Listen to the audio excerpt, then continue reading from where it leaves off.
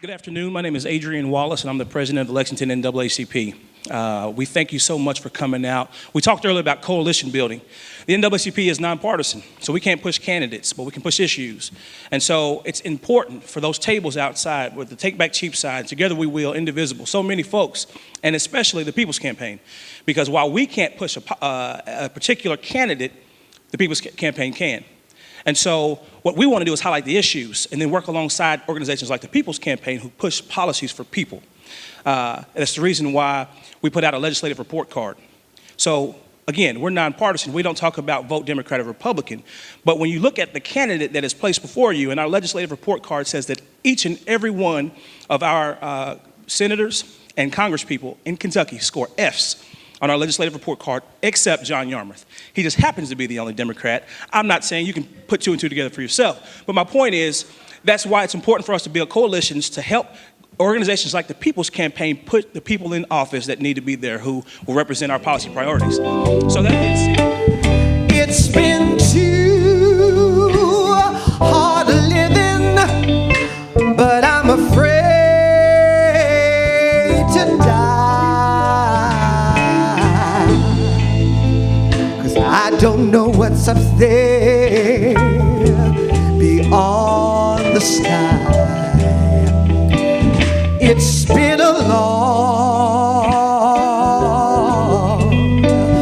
long time coming, and I know a change gonna come. Oh, yes it will.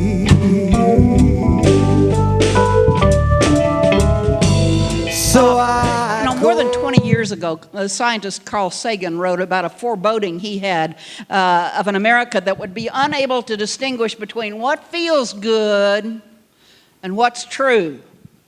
He worried that the slow decay of the ability to think was due to 30-second or worse 10-second sound bites, the lowest common denominator programming, and presentations intended to make complex issues appear simple. President Trump discovered, healthcare is complicated. Imagine that.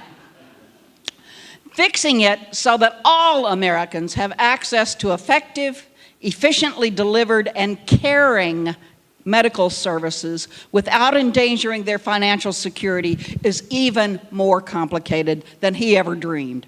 The Republicans found that out when their repeal and replace for about the 70th time could not be accomplished because the people, that's all of us, have begun to demand basic health care as a fundamental human right. So this proposed plan that the governor has put out to change our Medicaid program, which is currently being reviewed by the federal government, no friend of mine right now. And it is to require that people have to pay every month, even if we know they have no income. How do you think people with absolutely no income are going to pay? That's not a good public policy. It also has a work requirement.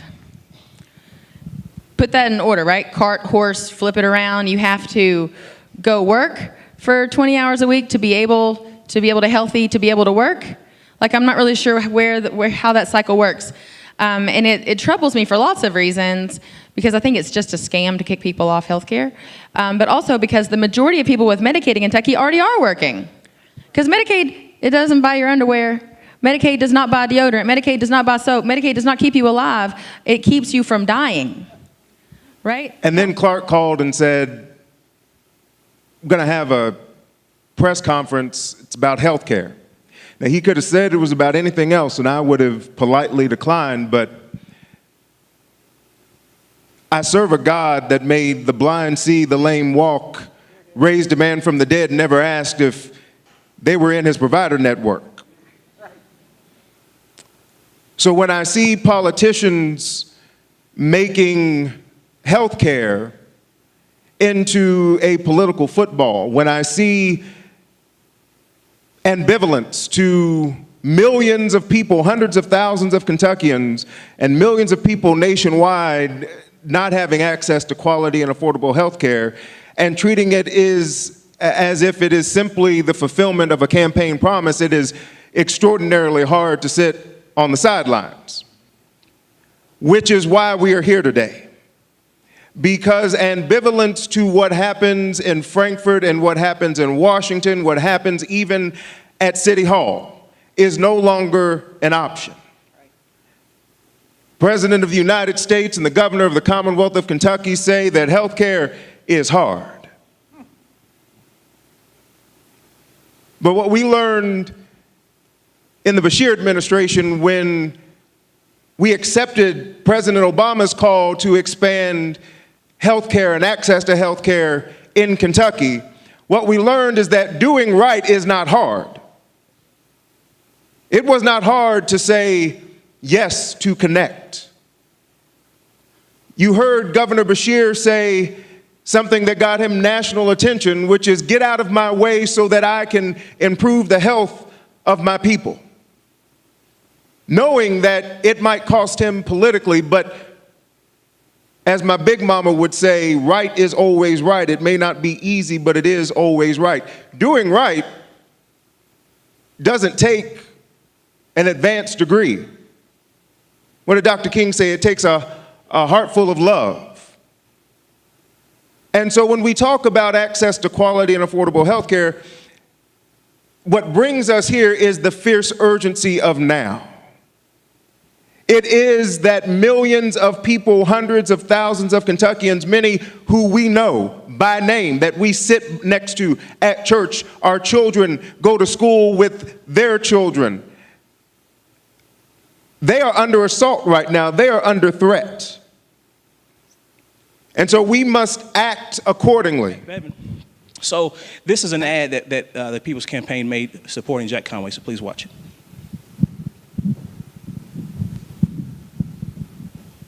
Hello, I'm State Senator Reggie Thomas. And I'm State Representative George Brown. On Tuesday, November 3rd, we have the duty to exercise our civic responsibility by electing the next governor of Kentucky. Due to the Medicaid expansion provision of the Affordable Care Act, 430,000 people in Kentucky now have health care coverage who did not have it before. Matt Bevin has indicated that he would immediately end Medicaid expansion in Kentucky, which would be devastating to almost 500,000 Kentuckians. In contrast, Jack Conway plans to keep Medicaid expansion in place and has rightly deemed Bevin's approach to be callous rather than courageous. It is time for Kentuckians to stop voting based upon their feelings about the president and to start voting for what is in the best interest of all the people. This is one of the reasons that we strongly urge you to vote for Jack Conway for governor on November 3rd. Vote like your life and the lives of our families depend upon it, because they do. Paid for by the People's Campaign. We don't get into that today. The point is, we need more people in the People's Campaign. These types of ads cost money. We have got to get the word out. We've got to push people that we don't have to beg and rally and march to push the policies that are going to actually support people. So again, we need people in the People's Campaign, and you have a great incentive today that you can get a $100 Tony's gift card. I love State, and I have 5 kids, and I can't exactly afford to go to Tony's every night. And so if I could, I would be doing that. So please share the page, sign up for the membership. We need people. We don't have any elections in 2017, so this is a rebuilding year.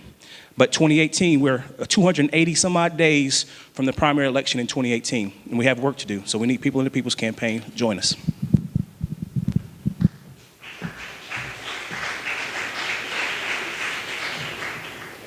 That's what you're telling me.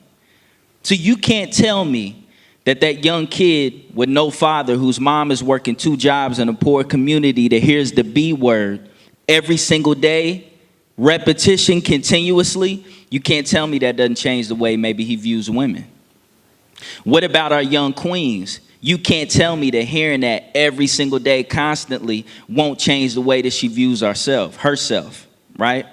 So there is power in words, Proverbs 18:21. I'm not going to get my preach on, Pastor E. But there is power in words, and when you throw a catchy hook and a banging beat to it, then you really cooking with grease. But here's the thing with power, it's always twofold, right? You have a negative and you have a positive. And I think what's happening, especially with the leadership within our community, we're becoming disconnected with one of the most powerful tools that we have. And it is hip hop music. We've allowed it to be perverted by people who are not from our community, right? That's why you have 99% of hip-hop on hip-hop radio negative, right? They're using it to destroy our young people, so we have to use it to save our young people. Because I'm going to tell you something. I have 2 teenage daughters, and whether y'all like it or not, some of these young people will listen to a hip-hop artist before they will their teacher or a preacher or even mom and dad. And that's not right. And I don't agree with that. But unfortunately, it is the reality. So how do we use hip-hop music? How do we use the most popular art form in the world to give back to community, for community development, to inspire young people? And that's what I tried to do through my organization. And it's not just...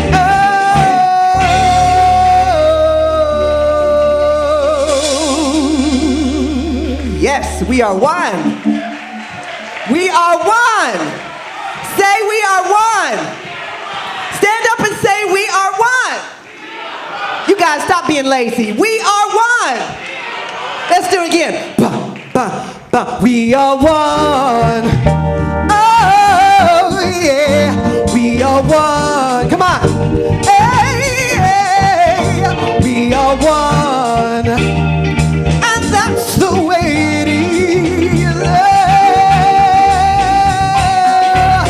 We are one. Deep down in our hearts, we are one. No matter what we do, we are one. And that's the way it is. God bless you, we are one.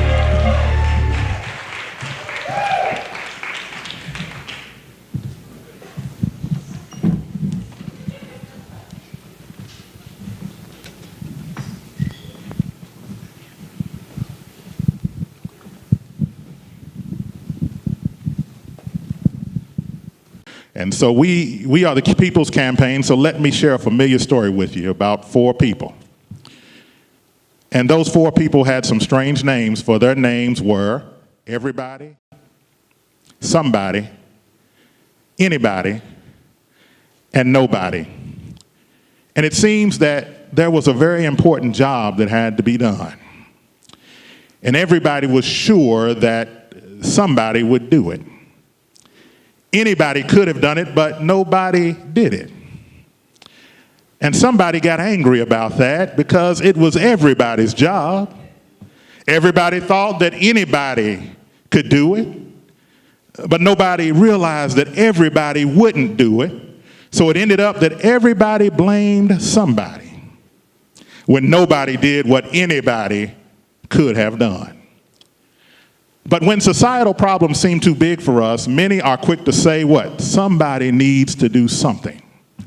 The idea being that we can select, recruit, or elect somebody who can swoop in and snap their fingers and make all of our problems go away. That is at least part of the reason why the emperor, if you will, who has no clothes on, that goes by the name of Donald, is in the White House. Or well, maybe he's in New Jersey somewhere, but either way, he's being the president right now. But brothers and sisters, we are the somebodies that need to do something, and the flip side of that is that many of us who did not vote for Donald Trump, we got disappointed when our 2016 realities fell so far short of the promise contained in President Obama's lofty 2008 message of hope. But I say again, we are the somebodies that need to do something. And we've already talked about so much chaos, and I talked about some of it this week in the Herald Leader, but here's something else. Something is terribly wrong with a community when a young black girl who may or may not have done anything wrong gets accused of taking a jacket from a cloakroom at a restaurant.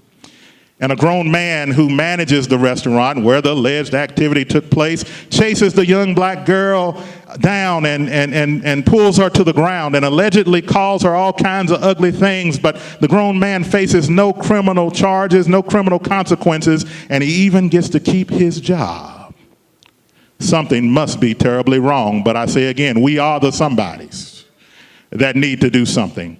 Something must be terribly wrong when a city and a state that never was a Confederate city in a Confederate state somehow, some 152 years later, still celebrates the Confederate president and the Confederate generals. And when some of us that say something is wrong with that, with placing traitors and racists who lost the Civil War in prominent places of honor, the powers that be say that there's something wrong, there's nothing wrong, rather, other than we just need to educate you on the context of what these statutes really mean. And that tells me that we are the somebodies that need to do something.